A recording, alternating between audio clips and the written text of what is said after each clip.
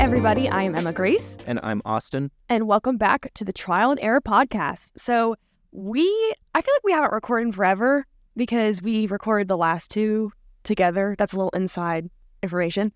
So I feel like just for the homies out there, we should do a little life update. You go first. What have you been up to? I finished my first job for the summer, and I start my next job on Monday. Yay! And what is your next job? My next job is working with a criminal judge up in rural Tennessee, so that'll be fun. That'll be like the Wild West out there. Yep. More like the Wild Northeast. Where is it? It's like directly north of here. North, okay. And west. What else have you been up to? What's been the vibe, the hobbies, the plans? I don't know. I've just been chilling, watching TV. Haven't been super athletic recently. Did you know that our gym membership doesn't last over the summer? I was afraid that might be true, but I never checked. It's tragic. I went to go rock climbing, and then they charged me $10. No! That's really sad. Yes. What have you been up to? And Natalia's back from Puerto Rico, too. We love that. We love our U.S. girly. Yep. Well, I guess Puerto Rico... Okay, I'm not going to go there. I have been up to lots of great summer activities. I am also working.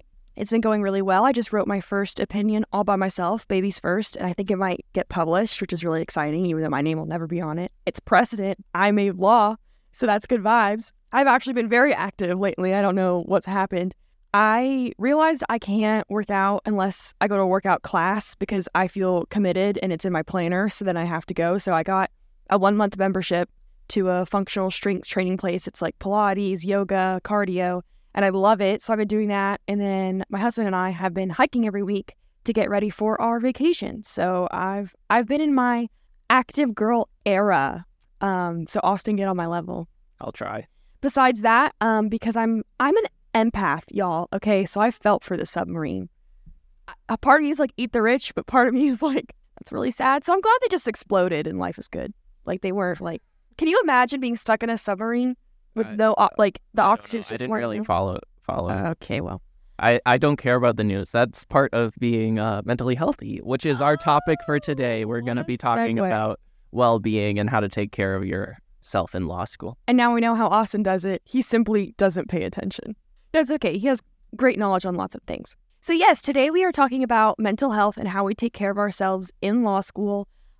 Again, disclaimer, like every episode, we're in our 20s. It's not like we actually know what we're talking about, but I feel like both of us are relatively self-aware and can talk about things that have worked for us and things that haven't worked for us, things that we could be better at.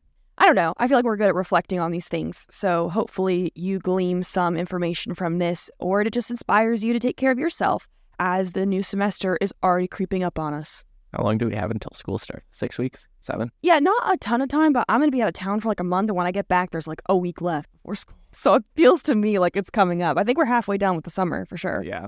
Okay, so we kind of did this in multiple categories, and first is physically, which also works with our little life update. We should do life updates more often. This is going really well for me. Yes, it is. So, Austin, tell us a little bit about how you take care of yourself physically during law school. But one of the things I try and do is go and exercise 3 to 4 times a week. In the fall semester, that was going to the gym in the morning and waking up early and being on that Sigma grind set. We love it. The second semester, I got into rock climbing. So the school has a rock climbing wall that is free to students. But not in the summer. But not in the summer. Get your stuff together, UT. Anyways, so I try to work out 3 to 4 times a week. And then I also make sure I eat a relatively healthy diet. My strategy right now is to just buy, I'm married, so I'm cooking for people, but just buy a big 3 or 4 pound chunk of braising meat, whether that's pork shoulder or chuck roast or whatever, and then stick it in the slow cooker on Sunday before church. And then I'll put that in the fridge and or freezer and just make meals out of that throughout the week. It's really easy to just add whatever spices that you want to it, and then just pick a starch, whether that's rice or pasta or bread or tostadas. It's very versatile, so I like that I can only have to cook meat once, and then all my meals throughout the week only take 15 minutes. You're not truly Southern, though, until you've done chicken and dumplings in the crock pot. I have a crock pot. That is a type of slow cooker, right? Yeah, that's the name brand. But I think like Instapot is the one people like these days. But that name doesn't feel like a slow cooker.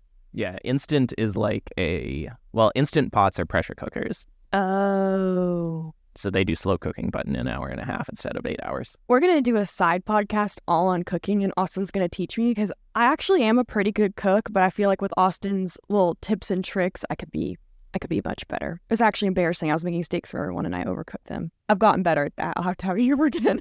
Okay. Anyways, yeah, so I think physical health is really important during law school, especially because your brain gets so tired from all the information, but sometimes you don't sleep well because your body just sat all day. Like you didn't burn energy. You just burned mental capacity or mental endurance. I really enjoy being active as well.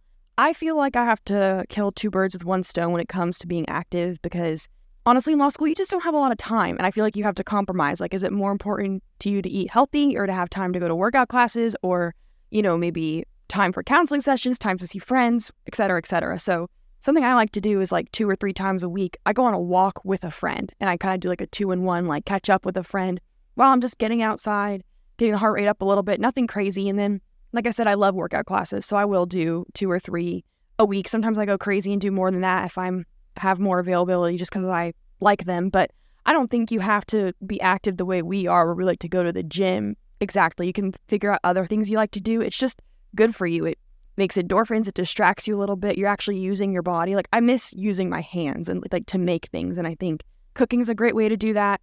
Austin and I love to play pickleball. That's like a more cardio thing, which I don't think he considers working out because he's crazy, but I think it's good for your heart. So as long as you're conditioning some part of your body, to me, it's working out. But we'll play pickleball and he'll win, but it's still fun to, play around. I'm still reliving my high school glory days of being not even good enough to make the team athlete. No, don't even say that because you literally beat me in pickleball and I'm like pretty good. Are you if you lost to someone that could even make the basketball team? No. I know you're roasting yourself, but you're roasting me. So me and Nathaniel and me, I'm trying to work on that. No, it's Nathaniel and I, isn't it? Because Nathaniel and I did every plate for a while and we really liked that. But I swear, because it's like the discount version of HelloFresh, every other freaking meal has potatoes, and I got so sick of potatoes, which I never thought I'd say. But that's a really good way to like save time with grocery shopping, and it's pretty affordable. It's pretty similar to grocery shopping prices, so you can always try that out. We should get a code from them because that's like. But yeah, that's a great way to do it. Nathaniel and I in the summer haven't been doing that. We've just been kind of doing our own thing, and that's working out well for us too because we share the responsibility of cooking in the summer. But yeah, I think it's to me. If I am not eating well and I am not moving my body, I feel it, and that impacts how good of a law student I am and my mental health. So I feel like Austin and I, if I had to give us ratings on all of these, I would give us a solid like 8 out of 10, considering we're in law school. Like we move our bodies, we eat good food, we see friends. Yeah, I think we're pretty active, have pretty healthy lifestyles, but don't be a Nazi about your diet. Like last night I had pizza rolls and chicken wings. Oh yeah, no, absolutely. Food is social and food is yummy, but it's also nourishing and fuel during school. So I like the add more rather than take away mentality. Like, if I have carbs and protein in the morning, like I'll do better in class. So I'm going to add that to my coffee instead of just have a coffee, not take away your Frappuccino or whatever makes you happy, but just add the things that are going to fuel you. Okay, our next category is mentally. So this is kind of has to do with all the mental things that aren't emotional, like mental clarity and endurance. So Austin, why don't you tell us how you make sure that your mind is clear and you're ready for a day of learning? Yeah, I have a pretty regular sleep schedule. My sleep schedule on weekends is not quite as good, but over the last 6 months, according to Apple Health, I average 8 hours and 45 minutes of sleep every night, which to me is always like surprisingly high.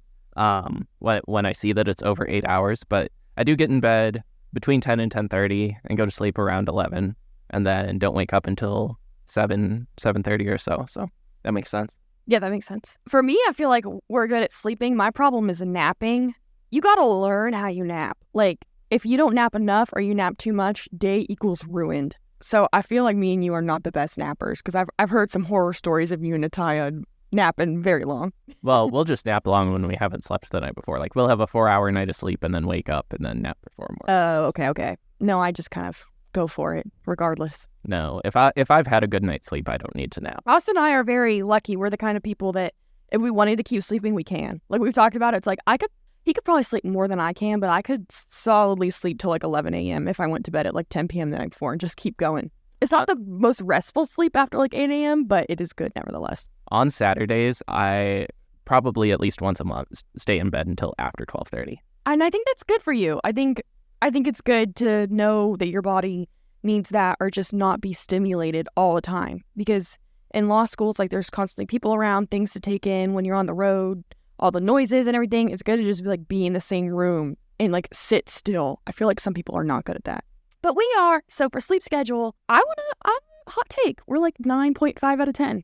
Yeah, I think especially for law school, like you hear people cramming all night. I guess this is partially mental, but I've said this before. I don't take law school home with me. I just stay at the school until I'm done. So that makes it very easy to turn off. Well, I think it also speaks to nighttime routines and morning routines. I think those are really important for mental clarity as well.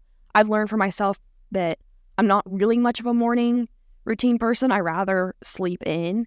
So I don't get up like an hour early and like read the Bible or do yoga or anything. I kind of do that actually more at night. So at night, like Austin knows, by like 9 p.m. I'm like, okay, I want to go home because I have a set schedule where I like stretch, I pray, I read, I turn off my phone and then I get in bed and I read something that's religious, and I pray with my husband, and I just have like a wind down routine that like I'll be reading like a book for pleasure, and around like 10:15 I'm like half falling asleep while I'm reading, and then my lights out by between 10 and 10:30.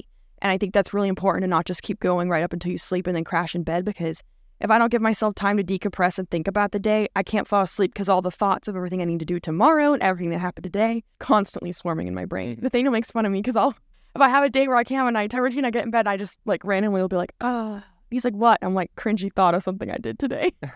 Do you ever do that? No. You don't look back and like think, man, I just did a really cringy thing?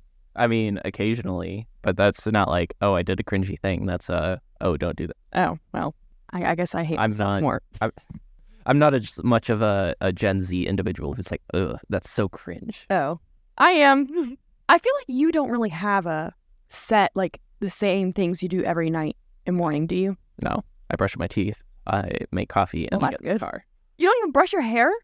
Yeah, I do my... Do you wash your face? No. Wait, this is really fun for a girl to figure out what a guy does. No, I don't wash my face. Do you use lotion after the shower? No. Do you use conditioner? No. Do you have like a special shaving cream for your face? No, I usually just don't even use shaving cream. Oh, like if I'm in the shower for more than 5 minutes, my pores are open enough that I can just... You're crazy. When I got married, I got Nathaniel on that lotion grind. I got him on cologne. I picked out deodorant I liked. He washes his face now. He washes his beard. He has beard oil. Natalia's making fun of me because I have creases from smiling too much. Sweet. I think so too, but... You're a happy guy. But you need to moisturize. Happy people moisturize, Austin. Anyways, okay. I clearly have a 1,000,000-step routine that you don't need to know about. But the last category for just mental clarity is how we basically create boundaries with law school. We've talked about this a lot, that we don't like to bring law school home, and it's important to kind of forget about it and treat it like a 9 to 5. I'll say I flunk at this way more than Austin because my brain's just kind of always going in that way. So honestly, the best way for me to have mental clarity is to distract myself. And that comes from seeing friends. I love when there's like a show out, like Nathaniel and I love Ted Lasso when it was coming out. Like I knew every Wednesday we would sit down and have that time together, and my brain was off from that. Maybe it's not the healthiest, most amazing way to declutter your brain. Like I could be meditating every day, but honestly, for me, this is what works. That, and then listening to music for me is also really helpful. Yeah, like I said, I try and get everything done at school. Decluttering, I feel like that just sort of happens naturally when you put things on a to-do list. At least for me, once something's on a list, it's not in my head anymore. Natalia actually gets mad at me. Emma Grace is like, oh, you don't remember this thing that happened? And I'm like, no, that happened yesterday. Nathaniel's like that too, and I'm wondering if that's a guy thing. But honestly, Nathaniel and I were just talking about it this morning.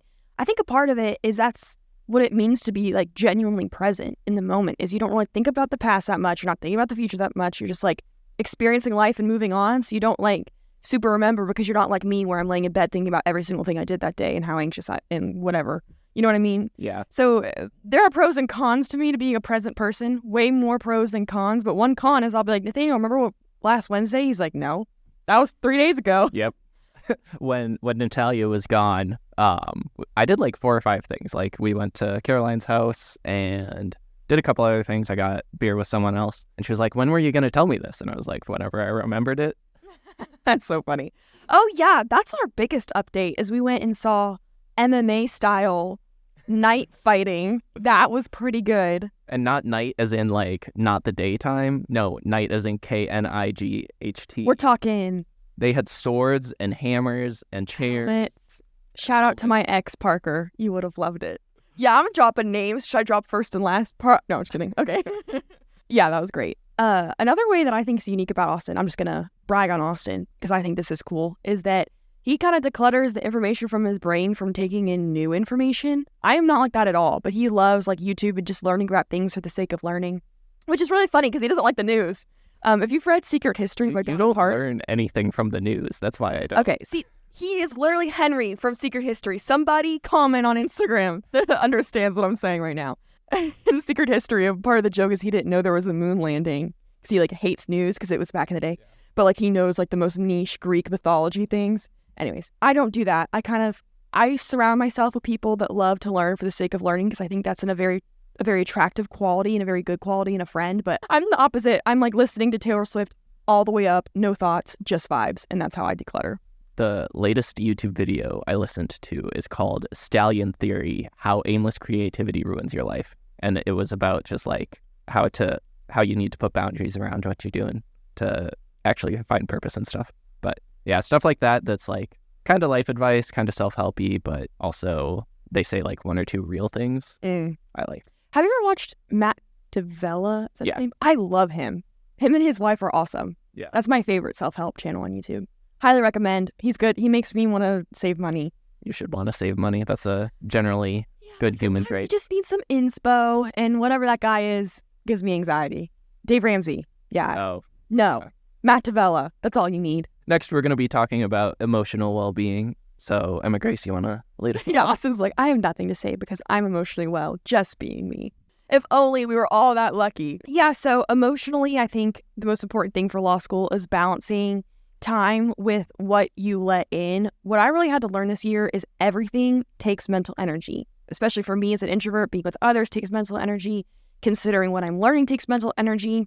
And emotions, they definitely take energy. And we think of emotions as something we're experiencing, but it's kind of something that's happening to us that we observe. Now I sound like a yoga instructor, but it's true. I think it's true that like you kind of can't help but, for example, get angry. Like it's just an emotion that floods you, and that takes energy from your body to feel those things. And you're observing that happening. It's not like you inherently are an angry person. You're just experiencing a feeling, and it takes energy. And I think the best way for me is I literally try to think, like when I get stressed, I'm like, anxiety is the biggest one, or stress is me being anxious about this is taking energy away from me being able to do it, especially in law school. It's like, if I'm going to sit here and freak out about a test, it's like I should just channel the energy into studying rather than being anxious because this feeling is not serving me. And I think that is very helpful, but it's also helpful to experience those emotions and figure out why you're experiencing them. So just kind of balancing, redirecting yourself versus exploring why you feel the way you feel. Yeah, I always say like try not to be guided by your emotions in terms of like decision making and all of that, but let them like point you, because the point of emotions is to like signal that something is good or bad. Generally, set it up so you're thinking about what caused the emotion and then analyze that thing to see if it's valid. And a way to explore those emotions, especially when you want to talk to friends about it, I found it was really great to have a balance of people in school to talk to and people not in school to talk to. So, for example, it's really nice to have like Austin and Caroline and all my other closer friends at law school because I feel like they understand what we're going through and the pressures, and they understand the atmosphere. But maybe they don't necessarily experience emotion the way I do, especially I feel like I've picked friends that are a little bit less emotional than I am. And so that's when it's nice to go to someone that's like literally never been to school and I'm like, hey, there's a specific example that's coming to mind. I don't know. Anyways, so even your close friends in school, inherently you're going to be compared to them when the grades come out. So it's kind of nice sometimes to be around people that like you aren't being paired up against. Like I don't feel like competition ever really enters my relationship with my law school friends, but it's just inherent in what we're doing that they're also competing. So it's nice to surround yourself with people that are not competing and they know who you are and they can point that out to you without them feeling the pressures. Does that make sense? Yeah, I feel like that's part of the reason that you and I were able to like click so well, because we're in different sections. So like we weren't directly competing against each other for grades in a class. Yeah, that's true. I feel like if we were in the same section, it wouldn't be that big of a deal. Like our friend Caroline, like I see how hard she works, and when she gets a grade, I'm like, job well done. Like I don't feel sad about it. I think I feel more sad when I don't do as well as people that I feel like work as hard as I do or my level. But y'all are at a different level. So I'm like, fair enough, you go, King. But it's just helpful to really just get away from law school. And I feel bad for people that move for law school because they naturally make all friends in law school, which is great. And I think those are lifelong friendships because you're going through something very unique together. But I think it's also equally important to find friends elsewhere, whether that be a book club, church. Like we have Ultimate Frisbee pickup in the summers here. Like there are just so many things that you can do to find other people that are like, oh wait, other 20-somethings or 30-somethings or whatever your age is are doing life differently than me. And like they care about me and I can talk to them about this thing with like no judgment and like no bias because they've never done it. An interesting topic when it comes to emotions in law school is anxiety. I don't think Austin is someone who necessarily experiences anxiety. So I kind of want to hear from him first, his opinions on stress versus pressure versus anxiety and how he deals with each of them differently. Yeah, I mean, anxiety to me seems like you just have like this bad feeling in your stomach that things aren't going to go well regardless. And I don't know, that hardly ever happens. Less than once every 3 months will I be like, oh shoot, I don't know what to do. Most of the time, it's just like I would almost synonymize stress and pressure on a situation.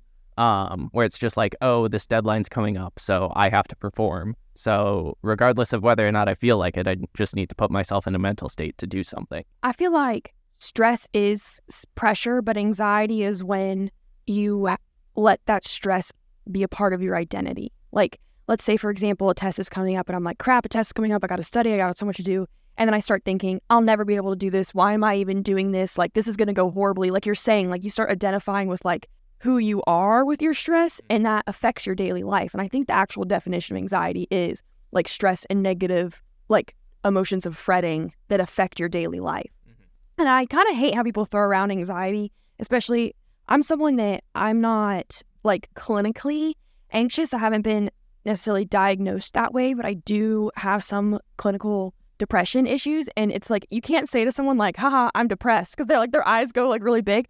But I feel like people with actual anxiety issues will be like, haha, I'm anxious. And people are like, oh yeah, girl, me too. And I'm like, I think that word has gotten really stigmatized and it's not what people think it is. And I think people can experience anxiety in seasons of their life, but it's just important to remember that like you aren't those stressors. And I think if you are having a hard time processing your stressors, like I said, with friends in law school or outside of law school, counselors are a great option. I love counseling. I highly recommend. I actually haven't been in counseling during law school. I might need to work on that. I think we have free counseling. Yeah, I think we do too. I actually had the same counselor ever since I was like 15 on and off, but she doesn't take insurance anymore. Tragic. And I'm poor. So she was really great and wonderful and amazing. And I highly recommend. Mental illness. Don't. Don't. Mentally ill? No. We were making fun of law school because they try really hard to help us, but there's only so much of like an engaging and actual like raw conversation you can have about mental illness in a group of like 300 people. And I saw this TikTok that was kind of how our experience went, where it was like, drink water, eat food, move your body. Mentally ill? Don't. It's like, they're like, they don't actually give action steps for if you're depressed or anxious in law school. They're like, reach out to someone, breathe. I'm like, thank you very much. I will be breathing. We had someone come in and talk to us about how to breathe for like half an hour. Our last category is spiritual. So this one is definitely Christian-esque for us, but it doesn't necessarily have to be for you. It's more, I would think, your life's purpose and how you let that flow through your everyday life rather than just going through the motions. Yeah. One of the things that we had talked about was like taking a Sabbath every week and just having like some sort of ritual in your life. Like humans are made to live in cycles. Like we have a school year and a summer. We have daytime and nighttime. Like we have to sleep. So just take advantage of the natural cycles. We have weeks. So take 1 day off a week or 2 days off a week and take time to like rest, reflect, relax, and just like rebuild yourself. Because if you're going 80% every day, you're going to feel more anxious than if you go 100% 6 days a week. Yeah, maybe. Yeah, I see what you're saying. I honestly wish weekends were 3 days long. And I guess in law school for us, or at least for me, I don't have classes on Fridays. Do you have classes on Fridays? Not this semester. Okay, so it's kind of like that. Because for me, I need one day to like see my friends and like be social and go do something fun. And like kind of even just like get out of our city is nice, like going on a hike or going to a different city. Then I need one day to just like lay in bed because I'm an introvert. So even though that was fun, now I'm exhausted on all sorts of levels. So I need one day at home. And then I need one day to reset where I like clean my house and go to the grocery store and do all the chore stuff. So I wish things were 3 days long because our first semester was actually really good at having a Sabbath. I didn't do any homework on Sundays, but that ended up turning into, well, I go to the grocery store and I clean my house and blah, blah, blah. It's like, well, is that really a Sabbath if I'm like just not doing homework on Sundays? And honestly, it didn't get any better the next time around because I started doing all that on Saturdays plus homework. And then Sundays, I was like, I didn't get enough homework done because Saturday I was cleaning and doing whatever. And so now I have to do homework on Sunday because I literally have something that needs to be done tomorrow and I don't have an option. So I kind of screwed myself over, and I'm hoping this semester I will be better at having an actual Sabbath day. And Sabbath for me means genuine rest and reset of the mind, not just of my house. He's doing some math. He's got something to say. Yeah, I was going to say the point that I was making was like, and this isn't to call you out specifically or anything, but trying to like do things like get groceries throughout the week at night. Like if you're able to finish and just get half an hour of stuff done every day, it's so much easier to just take the day off. Like there are 170 hours in a week and 56 of those you're sleeping. So that's 120 hours a week. If you're working hard for 80 hours, which is like more than anyone can do, but you still have 40 hours and you only need 16 to take the day off. So there's just a lot of extra time that people waste throughout the week that is like kind of relaxing, but not completely relaxing. And then they just do that all the time and never get like I come in and I'm so tired, I just sit down and I'm on TikTok for 2 hours. But that wasn't like taking a nap or reading a book or connecting with someone or just sitting in silence. Like it was just kind of like mind numbing, which I think I am all for mind numbing every now and then. You just got to be careful with the amount of time. Yeah, don't let it be a habit where you like just go home and put The Office or How I Met Your Mother or insert sitcom here on the TV for 2 hours every night and then complain that you don't have any time to relax. Another thing is having a community of people that have similar values to you. Especially, I've loved having people that have similar values to me in law school because we kind of have similar purposes when it comes to law school and they get what I'm saying when it comes to why I'm doing what I'm doing, but not necessarily in law school or in whatever schooling you're in. It has to be the community that like shares your values, but it's just nice to have people that you know share your values and you can just be completely open with, because even if you're with people that don't share your values, I feel like I can still be open with them. But something happens when two people like really know each other. There's like a certain intimacy there that is more relaxing. Like your guard can be down when you're talking about things that you're really struggling with or things that have been on your, a Christianese phrase, on your heart. Yeah, this goes back to what we were saying about like having friends outside of school. Like if you're not Christian or part of a major religion, going to church is like super helpful. It reinforces that Sabbath, and then it also like puts you around people who aren't doing what you're doing but still have similar values to you. So it's like naturally fruitful. Mm-hmm. Yeah, that's true. I saw this TikTok where someone was like, I'm not a Christian and I will not be going to church all the time, but I gotta say, every now and then it's real nice to go into a place where people are asking how they can pray for me. There's nice music. It's calming. Everyone there like cares about your well-being, and then you leave. So I would say that's definitely a big part of my Sabbath. And I think we have a small group that's really amazing, and I think it's been very committed to figuring out young adulthood from various different perspectives. We have friends that work at big firms. We have like accounting firms, not law firms yet. Well, Tyler, kind of. Friends in school, friends who aren't quite sure what their direction is, friends that work more like, what would you call them, like commercial jobs. Lots of different people going through lots of different things and hearing from each other. And we're all kind of figuring out our health insurance for the first time and figuring out what happens when your car breaks down and just like being there for each other when crap hits the fan. And people that get like trying to figure out adulthood has been so nice. And that's not even that has actually nothing to do with the Christian part. That's just like a community of people that genuinely care for you.